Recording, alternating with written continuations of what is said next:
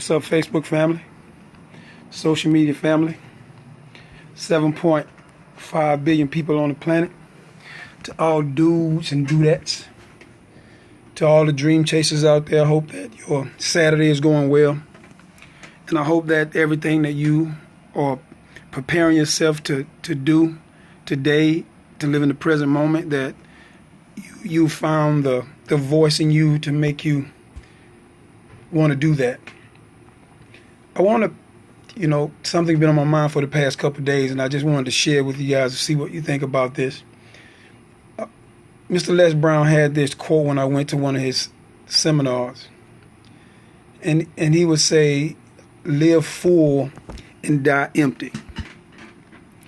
And I've been thinking about that for the past couple of days, and my reasoning for wanting to talk about that today is to kind of give you a historical perspective of just a human being and where we kind of place ourselves in the lives that we lead. And whenever I do it, I have to always go back to the beginning, and that is conception. Two people say they love each other. Two people get together and share energy. And the beautiful woman on the other end conceives. And the world seems to forget. I know we don't really forget about it, but we kind of overlook it. But there's nobody on the planet today that doesn't come into the world without the full assistance of a woman for 9 months. And it doesn't matter what life you have or where you are. In 2020, the thing that we realize is that we conceive children all the time.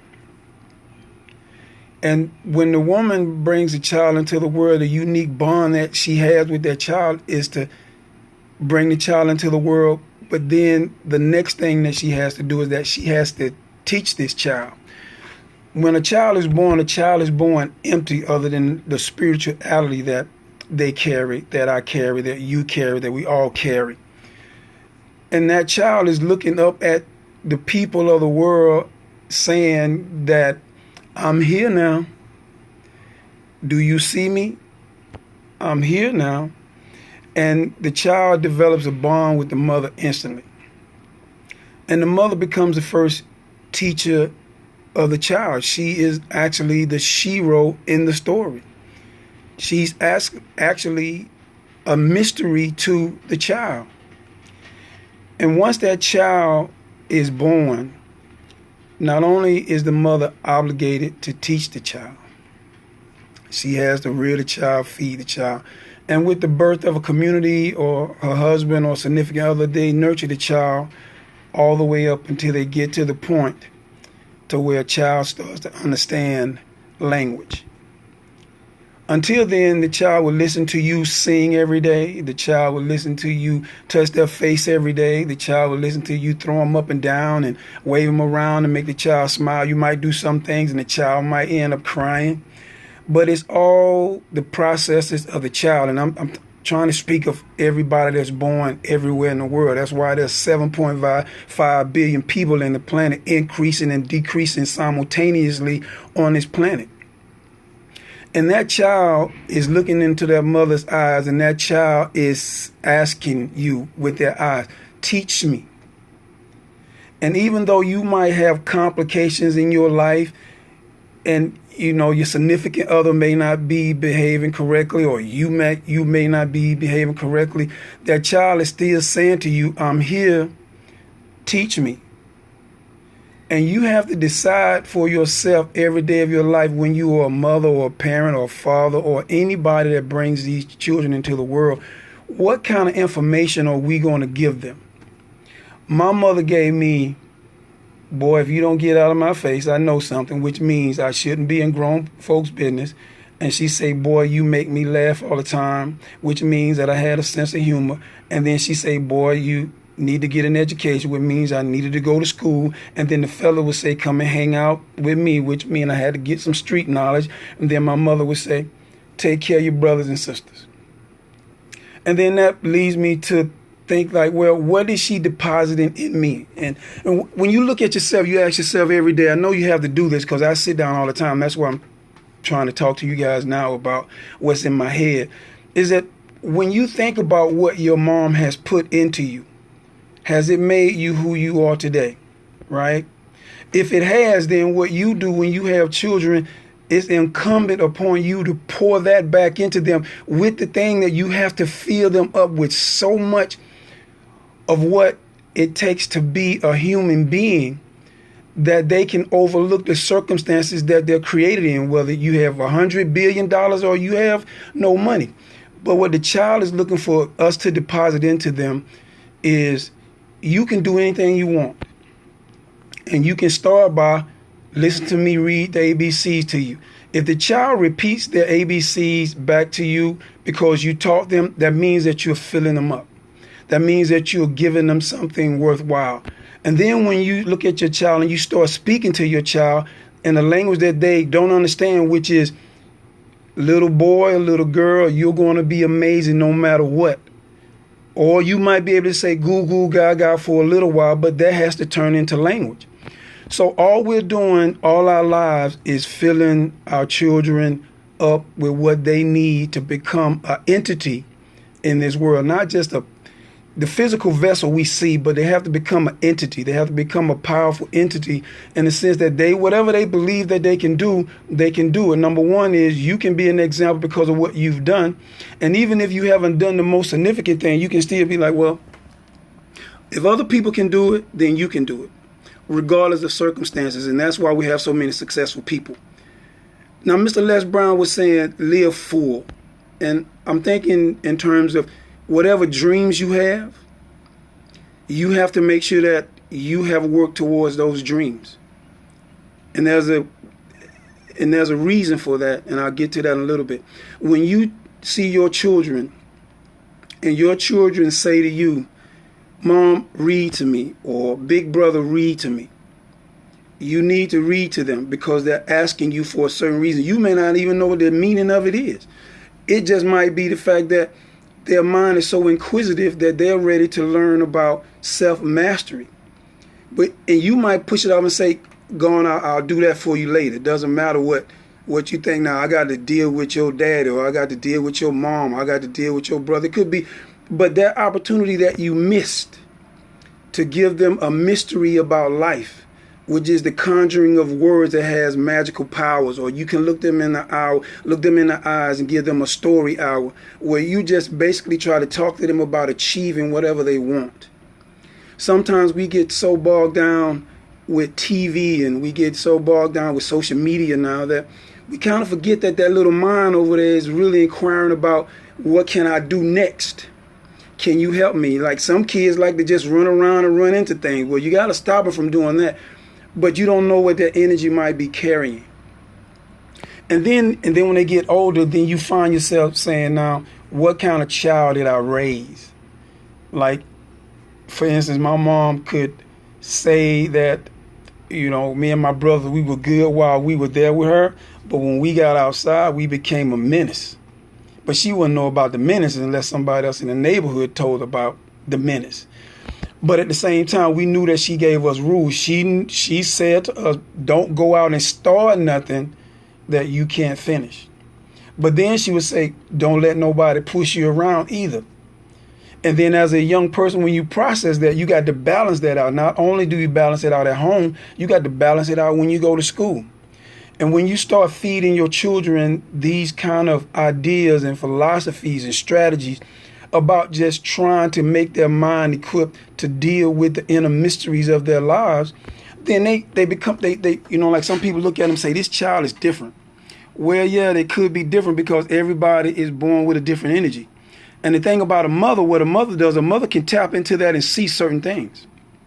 I don't know how you do it, but you do it. And my mom could see certain things in all of her children. And I'm pretty sure that your mom saw things in you and you see things in your children and in your grandchildren. But what we have to depart is when they get to the point of where they understand, you have to say to them that you must live a full life. You have to tell them this. Because if you don't tell them to live a full life, they're going to live a broken life. And then they're going to think that the broken life is equipped to a full life, and they're going to walk around thinking that they're living to the fullness of their capabilities. When in actuality, they may not. You have to be able to say to them, You have to live a full life. And when you say that to them, you must be the parent or the friend or the neighbor or somebody that can explain to them what a full life is. And when Mr. Les Brown said, live full, and I think about from the time I grew up in Phoenix City, Alabama, went to Alabama State University, moved to Atlanta, Georgia, and found myself in Florida, trying to find out what exactly is a full life. And you can move around to 1,000 different places and still not have a full life. You can stay in one place and have a totally fulfilled life. But you determine what a full life is.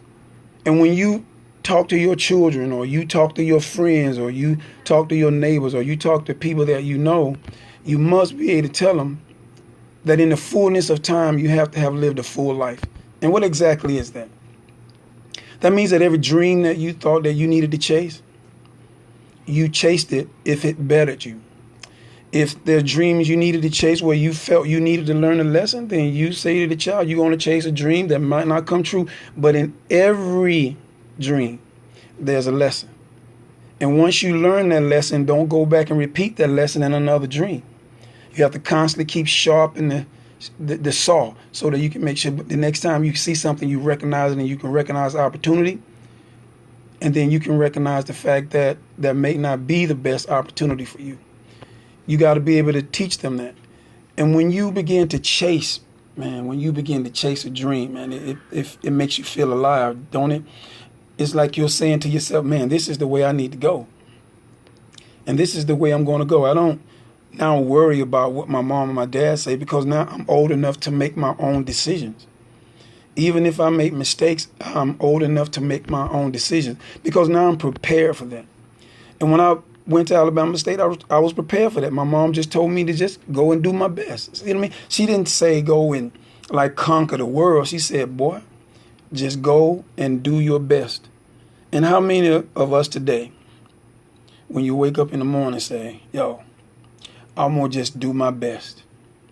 Even in this quarantine mess, I want to just do my best.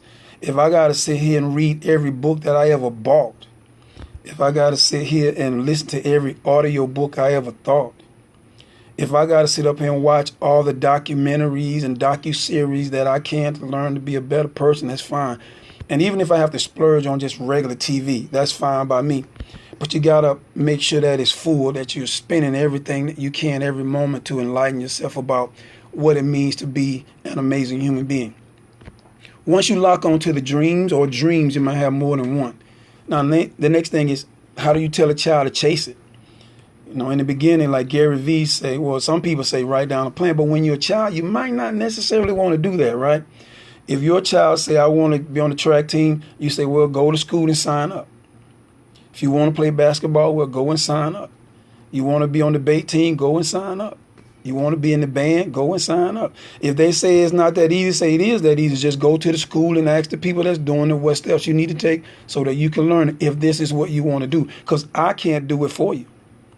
I've had my time in the sun. I was in high school. So you want to go be a part of the chess club, then go and sign up. If you want to learn trigonometry, then go and sign up. Because it's the action that they need to understand that gets the results. And when I keep thinking about Mr. Les Brown talking about live full, I ask myself, have I lived a full life? And then it comes to the second part, where he tells his story about when you're lying on your deathbed. Now check this out. I know you guys probably heard the story, but he said, you're lying on your deathbed, and every dream and every thought that you ever had comes to visit you. And it got kind of deep for me yesterday.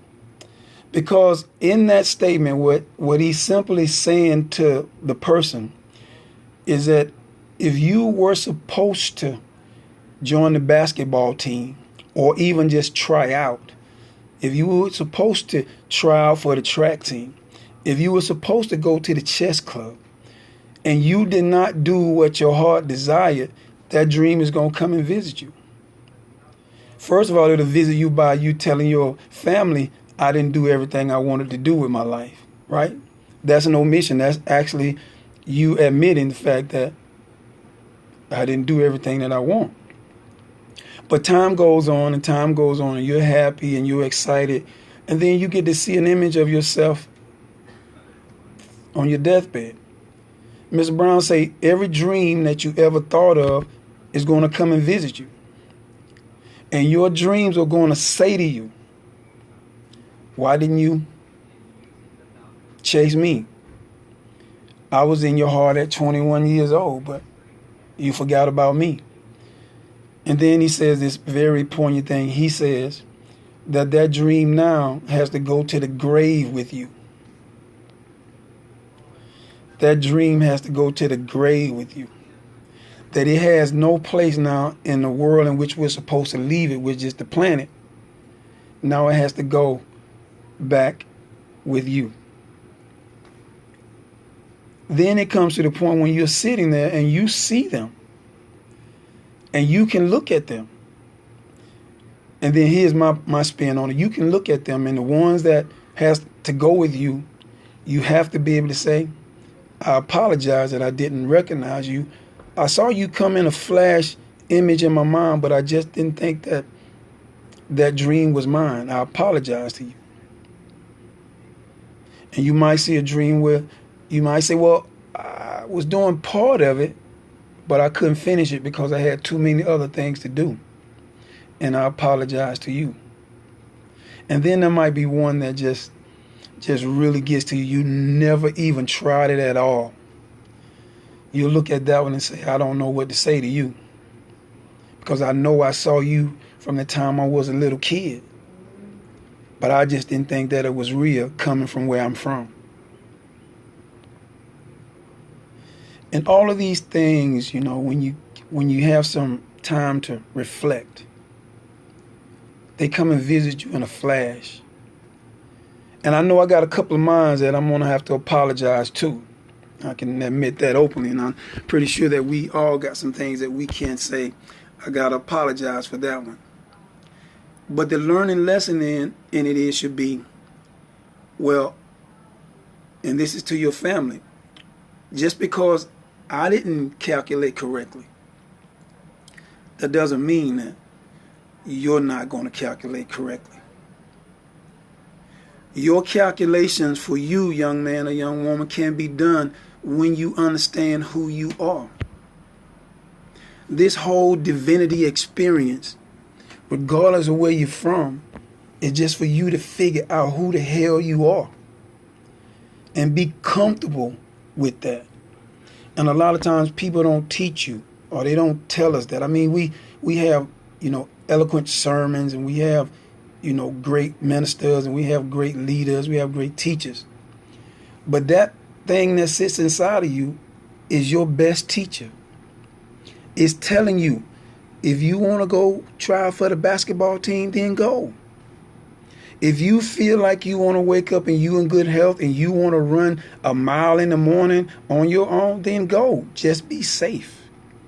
If it says to you, you need to get up this morning and you need to write on this paper how much you love your mom, how much you love your dad, how much you love your brothers or your sisters and who made you mad, then get up and do that.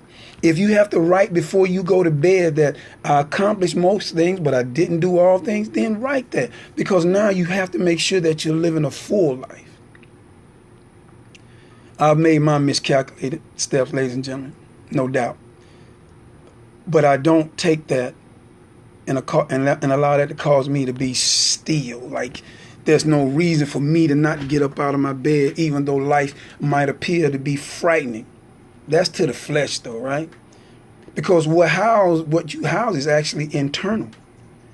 And once you can get that and you can give that to your children, and you can give that to your neighbor's children, and you can give that to every child that you meet, then I think we can change the reality of what we see. And even if you can't change all of that, I know when I was growing up in Phoenix City, man, the fellas, we used to have a lot of fun, man. It didn't even matter about how it went. It's just, yo, these are the fellas. This is what you got to do. This is how you have fun. Then I would go to my mom and I'll put on my little face of like, okay, mom, everything was good. Everything was all right. I didn't get into any fights. Everything was okay. And I have those experiences to carry with me for the rest of my life. But if you ask me about my dreams, I'm going to say I miscalculated on a couple of those. And I don't want my nieces or my nephews, and you shouldn't want your nieces or your nephews or your children to miscalculate. You got to try it in order to find out if it's for you. This world is filled with abundance. And you can't restrict yourself in abundance. Because if you restrict yourself in abundance, then you'll find yourself at 25 being mad and don't know why. You have to live in the fullness of time. And ladies and gentlemen, you got to chase that dream that's in your mind. People say, when you stop chasing. Well, let me just tell you when you stop chasing. To be honest, you stop chasing when you die. Simple as that. As long, like Kevin Hart said, as long as you living and breathing, you know what I mean? Like, if you wake up in the morning, you living and breathing, and there's something that you want to do, then you chase that until you die. You have to tell everybody what the dream is. That's your chasing. And if you get there, you know what you can say to the child. Even if you don't get there, you can say to them, let me tell you something about chasing a dream, man. You got to chase that thing forever. And if you get it, then you're better for it. But as long as you're getting up every morning and you're working towards it, there has to be a light for you somewhere. And even when you check out and those dreams come to visit you, you got some you're going to be able to apologize to, and you're going to have some that you never even started. And those are the ones that you got to look square in the face and say, I don't have an excuse for you. And then we can, live a quality life, I think. So I was just thinking about that, ladies and gentlemen. I just wanted to share with you guys. If you like it, please share with other people. But my whole reasoning for talking about this living full and dying empty is that people pass away every day. And we don't even know if they lived a full life. You know why? Because we never took the time to ask. Whether it's your brother, your sister, your friend, your cousin, your nephew, or even just a stranger. And say if you ask them and they check out on you 5 years later, at least you know when you asked them, they were on their way or they were in a happy place. And I just think that as human beings, this is the level that we have to rise to, especially when you get older and you see other young people out here trying to live their dreams. I don't know if we're supposed to squash their dreams. The generation before me didn't squash mine. Why should we squash theirs? I mean, it's easier when you get older to try to look back and put all your time frame on them. Man, they trying to find their way too. But you got to give them cautionary rules, right? So, ladies and gentlemen, I just wanted to share that with you. I just know that each generation have their period of enlightenment. But you have to make sure that while they're going that way, that we have imparted upon them the importance of a spiritually led life, the importance of a mentally led life, the importance of a physically healthy and sane and rational life. Put all that in one big bowl, mix it all up, and say, live full, die empty. Ladies and gentlemen, I thank you for your time. I appreciate everybody for, jumping on and just trying to listen to what I have to say. These are some things that just came to my mind. They're like random thoughts. And so I want to thank Vonda, Dennis, and Lisa for just, taking some time out to check me out. And I just want you guys to know that whenever I do this, I'm still a pursuer of the very things that I talk about every single day of my life. And I hope that you are inspired to do that. But most of all, I hope that you pass this down, what you have learned, to your family so that they can understand what it means to live in this land and this world at this time. Until next time, everybody, peace.